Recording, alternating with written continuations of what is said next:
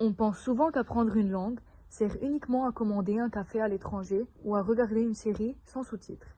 Mais en réalité, parler plusieurs langues, c'est imposer une séance de musculation mentale ultra intensive. Ce n'est pas juste de la communication, c'est du crossfit pour vos neurones. Le changement est d'abord physique. Une étude célèbre, menée par Andrea Michelli au University College London, a prouvé que la densité de la matière grise, là où se trouvent les corps cellulaires de nos neurones, est significativement plus élevée chez les bilingues. Dans certaines zones liées à la mémoire et à l'attention, on observe une augmentation de la densité neuronale allant jusqu'à 15%. Mais ce n'est pas tout. La matière blanche, qui représente les câbles de connexion de votre cerveau, devient plus robuste.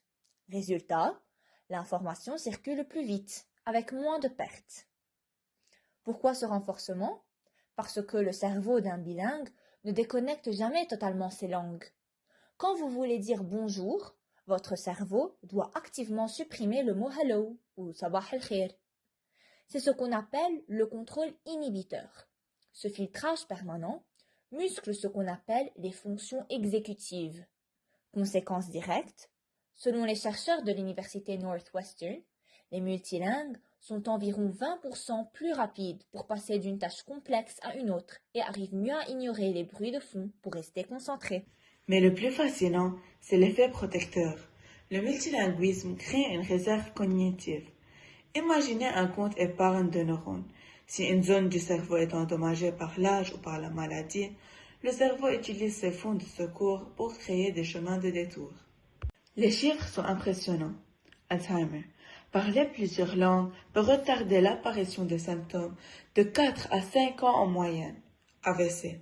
Une étude publiée dans la revue Stroke montre qu'une personne bilingue a 2 fois plus de chances, environ 40 à 50% de chances supplémentaires, de retrouver ses capacités cognitives normales après un AVC qu'une personne monolingue. Le secret réside donc dans ce petit conflit interne permanent. Choisir le bon mot au bon moment. C'est ce chaos organisé qui rend votre esprit plus résilient et plus vif. Alors, quand on sait qu'apprendre une langue est le meilleur investissement pour sa santé mentale à long terme, quelle sera votre prochaine destination linguistique?